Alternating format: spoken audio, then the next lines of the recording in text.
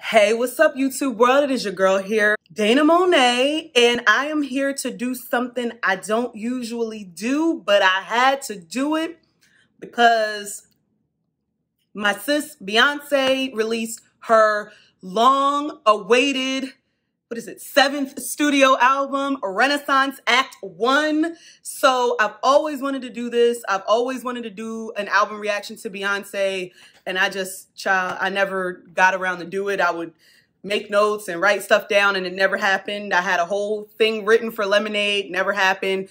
I filmed stuff for Everything Is Love, just never put it out. Like, it just never happened. So we're finally at a time where I can release a video for a Beyonce era, and what better era really to do it than Renaissance, okay? So if you don't know me like that, hey, I am a member of the Beehive, and I've been a member of the Beehive since before I think it existed, because I was a member of the Destiny's Child Hive, okay? So I'm an OG Beyonce Destiny's Child fan, so, you know, we go way back to this is the remix, right? Okay, so y'all know what I'm talking about.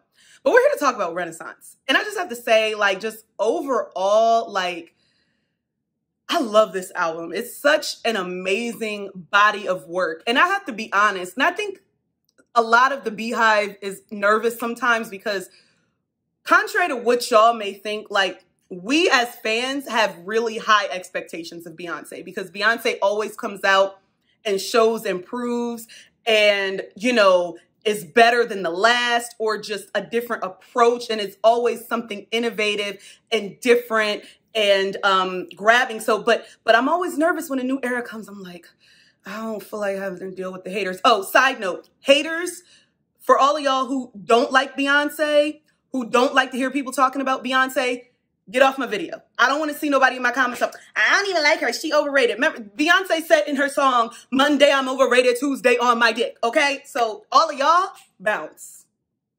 Bounce. Get out. So, okay, back to our regularly scheduled program. But yeah, like, I'm always nervous that, like, is it gonna live up to it? And like, of course it is, because Beyonce is great at what she does. Like, she's a visionary and she visualizes how things are going to happen. And I just think that she does such a great job with that. So we weren't going to be disappointed. And I waited until the actual release. I did not listen to the leak. I waited until midnight.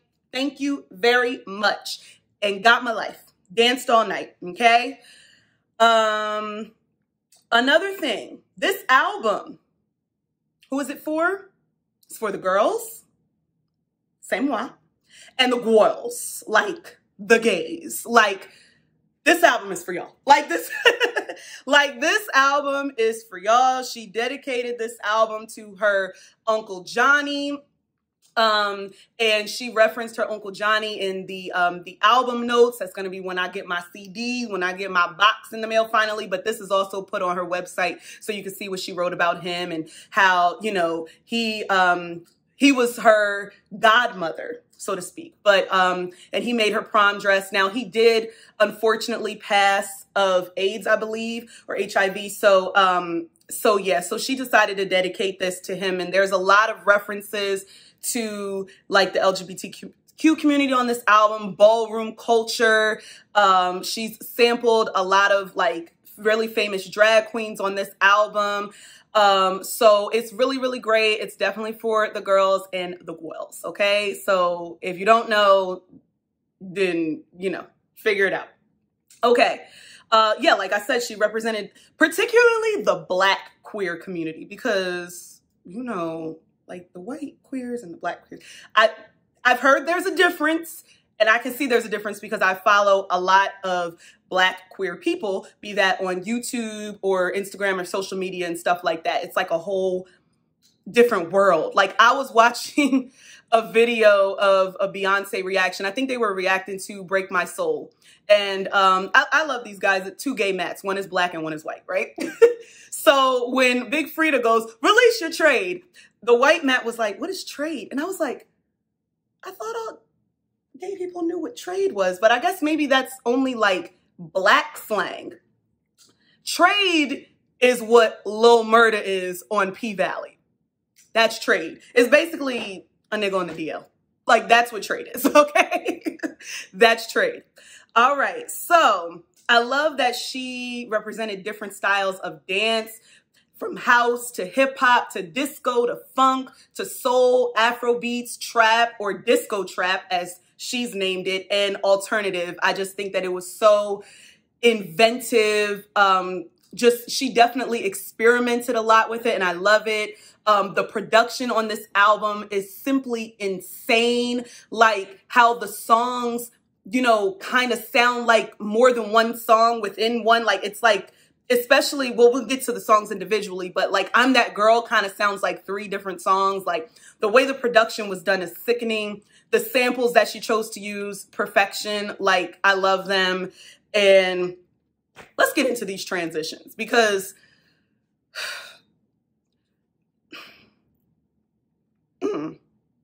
Cuff It into Energy into Break My Soul.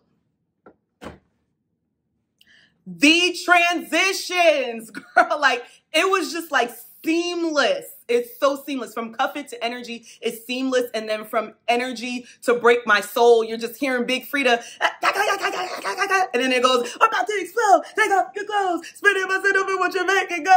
And it just flows so well. And I was like, yeah, that's how you do it. That's how you do it.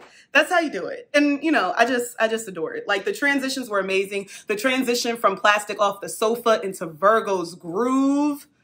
Ugh, chef's kiss, okay? Like, all of these transitions, like, when the end of Pure Honey ends and Summer Renaissance starts, like, oftentimes I don't know because they just flow right into each other. It's so, like, she did that with this. Also, okay, so you know how Drake came out with a so-called house album like a month or so ago, or like 2 months ago or something like that. I listened to that album multiple times. Like, I really tried. I had a couple songs I liked, but none of them really like stuck with me. But Drake wishes, so honestly, never mind. And that's not even shade because that's the title of his damn album. Like, and we'll get to it, the song that he wrote for Beyonce on here, and I was like, yeah, that sounds like Drake. It sounds like something he would write. And I mean, maybe it would have been a little bit better on your album if you would have had Beyonce sing a couple of songs, you know, it probably would have lifted it. It's like his album, and I don't really want to get into this, but like, it was cool and everything, but it was like this monotone dance music. Like, why am I listening to moody dance music? Like, it didn't make me really want to get up and like shake my ass. It just made me like, I just do a little bit. Like I could actually go to sleep to Drake's album. I can't go to sleep to Beyonce's album. I'm too busy dancing. Like, so I don't know. Like, again, nice songs on there, not trying to shit on Drake fans or whatever, but it's just, it didn't really do it for me personally. But I do like Drake. You know, I do like Drake. I like songs like Nice for What and what's the feeling, the one with the city girls on there. Why can't I think of that? Because it was a whole like dance part. Y'all know what I'm talking about. Y'all know what I'm talking about. That song. I love Hotline Bling. Like, I like a lot of Drake cuts, okay? It's just this, honestly, never mind. It just didn't hit. I love B talking her shit. She played no games when it came to that on this album. Rap Beyonce was in full effect. Yes, ma'am. That was definitely happening on I'm That Girl, Heated.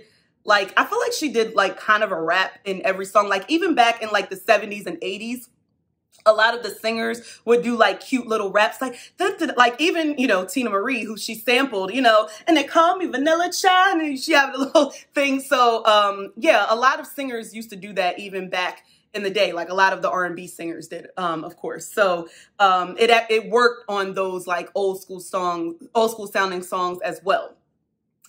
And let's talk about the vocals, okay? The vocals on this album, first of all, everybody that says Beyonce can't sing, and this is not because I'm a part of the Beehive or I'm a big fan or I'm being biased, like, But seriously, all of y'all who say Beyonce can't sing, y'all all need to clean out your ears and get your ears checked. Because first of all, y'all are just saying that because y'all don't like Beyonce. You can't say somebody can't sing just because you don't like them. Okay? Like that is not, no. That is not even an objective opinion to have. Of course, Beyonce can sing. She has tone, she has pitch, she has range, she has control. I am a singer, I am a vocalist. I know I have music on this channel. You can check it out from singer to singer. I understand. I literally watch videos of vocal coaches analyzing her voice, analyzing her live performances. I don't understand. If you just don't like her voice, just say that, but don't say the bitch can't sing because she can. And on this album, she was showing out.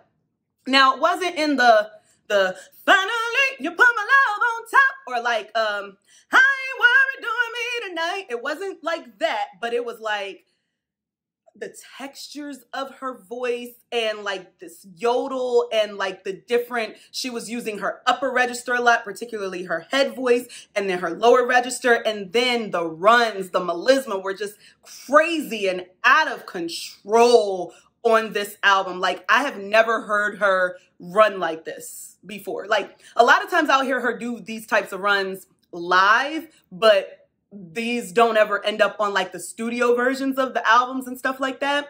Like that crazy run she did on Ego for the I Am World Tour. Oh, sickening.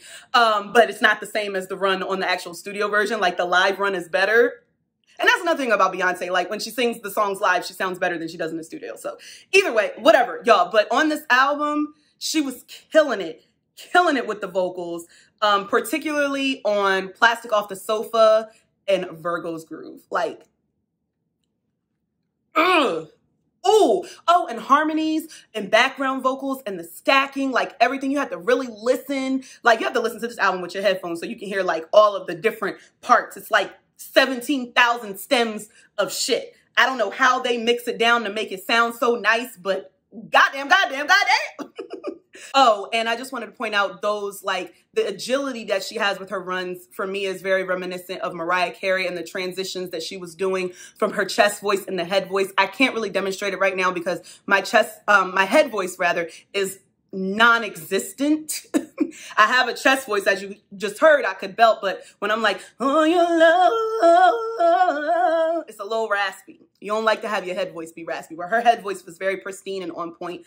And I just love how she just flowed in and out of chest, head, like it was just seamless. Okay.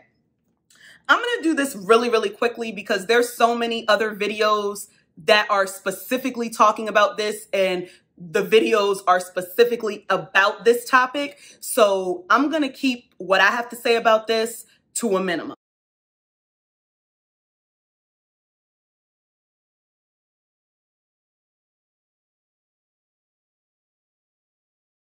Okay. This is regarding the whole Khalees drama and situation. Okay. I am just going to say this. I think that Khalees has every right to be frustrated in reference to not getting the credits that she deserves if she actually did write her songs. Even though Milkshake was the song that was sampled on the song Energy, she's kind of talking about her catalog overall, you know, and it's fucked up that Pharrell and Chad, aka the Neptunes, stole her publishing and all of that type of stuff. She claimed that it would have been better if Beyonce would have given her a heads up. Now, if you know anything about Beyonce and how she operates when she does her album, she does things very secretively. Everything's in private. Nobody knows anything until they show up on the credits of the songs. Now, I think that she may consult with their lawyers and stuff like that. That is what actually happened with the Clark sisters. And I'm going to talk about that when I get to that song and that sample. But like, people don't be knowing that they're going to be on Beyonce's album until it gets out. So it's not just a Khalees thing, but also Khalees was not listed on the original credits of the song. Only Chad and Hugo, the Neptunes. Now there's all of this, you know, drama. She's been trying to get her publishing back, and, you know, they produced the songs, but they didn't actually write the lyrics. So she should have actually gotten a writing credit. And, you know, Milkshake came out in like 2003. So it's been, you know, like almost 20 years and stuff like that. And her first album came out in like 99 when she was like 17, 18 years old. She signed a crappy deal like a lot of people do when they're young. My thing is that I don't feel like Khalees would have this much smoke if Beyonce had just credited her in spite of everything. Although, like, legally, like, she couldn't do that. But I don't think she would have been all like, well, I wish she would have given me a phone call or a heads up, you know, because we know each other and we have mutual friends and this and that and the third. Like, if you were going to get paid off of this, like everybody else who got credited on this album is going to be getting paid, then I don't feel like she would care. Like, I don't even feel like this would have even been an issue. This is an issue because she hasn't been able to get paid from her first 2 albums that she came out with, period. And as another YouTuber stated, Ms. Milkshake needs to work that out with Mr. Happy. And you need to sue his ass because it's trash. But I don't think that this is Beyonce's fault. I don't. Like, and this is not because I'm Beehive. I'm being objective about the shit. Like, I don't think that this is Beyonce's fault. She went through the proper channels, did the credits as she's supposed to do. And it's unfortunate that Khalees had a bad deal, but it's like, that's how it was done, you know, in terms of making sure the proper credits were given based off of what is already in the copyright database. Okay. So, but I also think, as a side note, I do think that people get a lot of joy in talking shit about Beyonce or finding out something about Beyonce that, you know, makes her not seem perfect, because Beyonce has to appear perfect. You know what I'm saying? You know, she's Virgo and everything like that. So she has to appear perfect. So especially because she gets just as much hate as she does love. So whenever somebody finds something like, oh, Beyonce did this, like everybody jumps on it like, I knew this bitch shit. I knew it. Like, da, da, da, da. And it's like all of this mess, but y'all still listening to Kanye. And y'all still listening to R. Kelly. And Nicki Minaj is still with her husband that is accused of sexual assault. Yeah. I'm just saying. And I like still like Nicki. So I'm not like, I try not to give as much smoke for women, especially Black women, because we be going through it. But these men, and y'all still stick beside them and stuff like that, like, and maybe Beyonce wasn't as completely girl power as you wanted her to be, like, who run the world? Girls, because she didn't contact, like, I'm not mad about that. And that wouldn't hurt my feelings. What I would be doing is trying to do my best to get my publishing rights back so that every time my songs have been placed or licensed for something, a movie, a TV show, sampled on people's songs and shit like that, make sure that I get all of those back royalties. That's what I would be doing if I was Khalees, instead of wondering why Beyonce didn't just give her a heads up. You want to get paid. You don't care about a heads up. So like I said before, if your name was listed on the credits of the album as a composer, writer, or producer, I don't think we would have heard anything from her.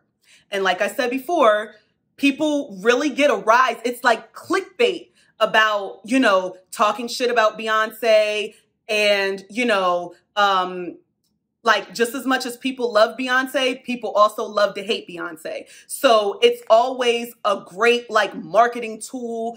And it's like, you know, it's great clickbait for people. And I'm like, well, now people are probably going to go back and be listening to Khalees. But then when they listen to the album, then she's not going to be getting paid for any royalties anyway. Like, I went and listened to one of her songs off the first album and stuff like that. And I was like, oh, this was a cute song. It wasn't the song that was sampled on here, but I was like, oh, this is a cute song.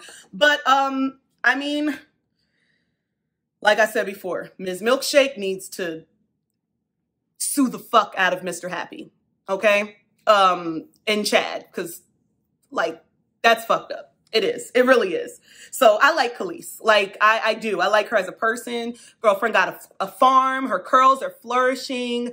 Like, she just be growing her food and living her life. And, you know, I don't really want this for her. I want her to get paid. So I'm not coming as a hater. Okay. So we're done with that. Okay. So it's still hard for me to pick an official favorite on the album, as I'm actually still in the phase where I listen to the entire album all the way through, like no skips, and I'm not like rewinding stuff or like repeating songs, even for the songs that I do really feel like are my favorites, which I will get to later. But I do have my standouts, and I'll give a top 3 later, but it is hard to pick a favorite. It'd be varying based on my mood. When Beyonce wrote on her IG, I just want to reference this, and this is also in the album notes. I hope it inspires you to release your wiggle, and to feel as unique, strong, and sexy as you are. Unique. That's the cut. I'm sorry. I felt that for real, because when I listen to the album, I'm releasing the wiggle. I feel unique. I feel strong. I feel sexy. Like, not just like normal sexy, but like sexy. Like she did her thing with this song and bringing out the sexy. Okay.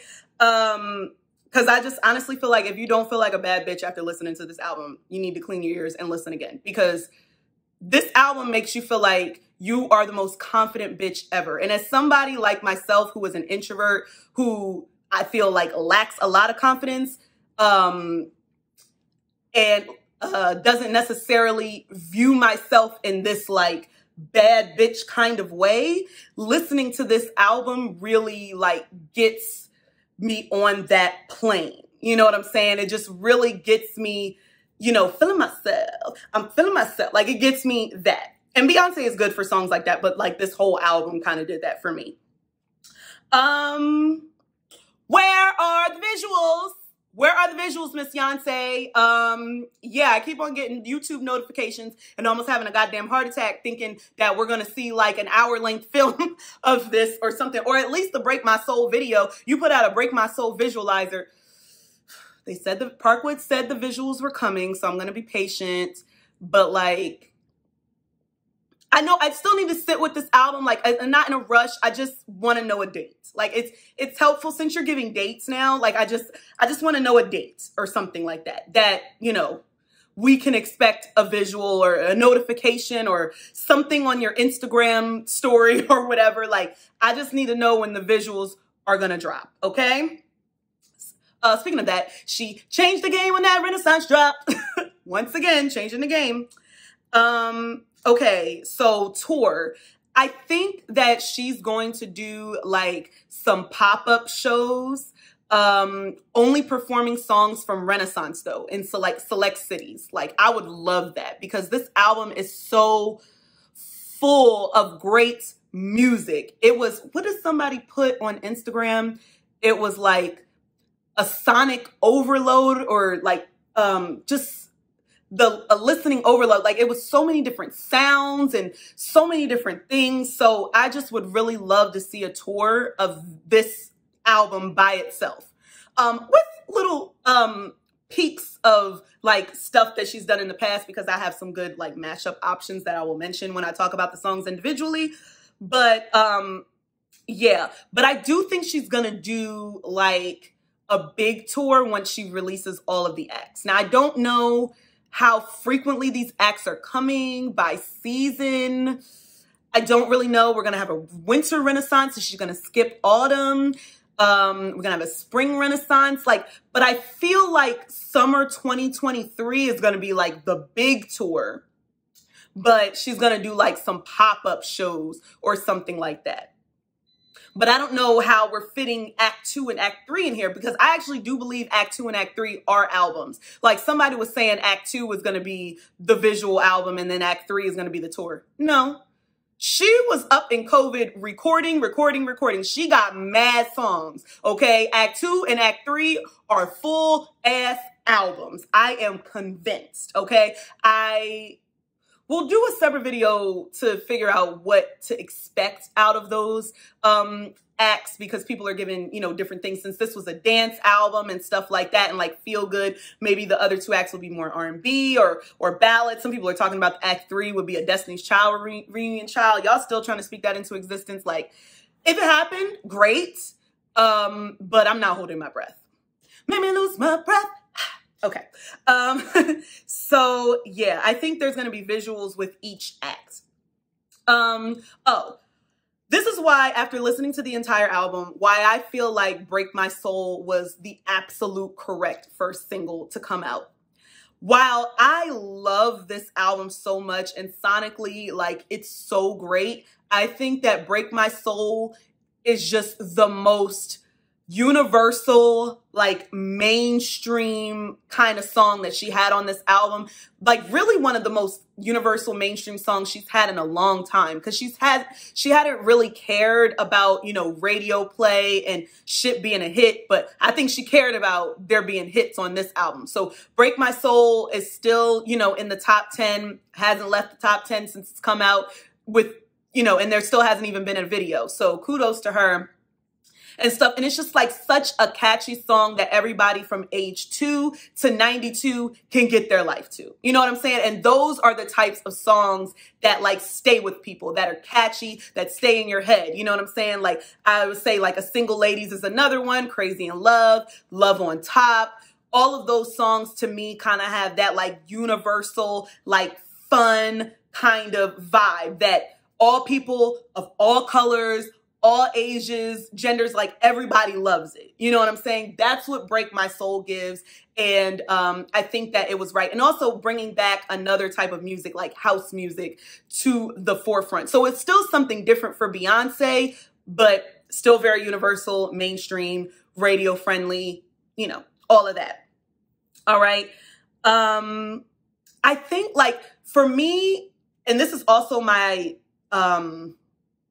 prediction for the visuals, like every song kind of feels like a different type of party or a different aspect to a party. You know, this club renaissance thing, and Beyonce even referenced, some people tried to get into the club early, referencing the leak. So I kind of feel like the visuals are going to represent different types of parties, different types of clubs, different aspects of like getting ready to go to the club, and all of this type of stuff. And I'm going to kind of go through that when I go through each individual song.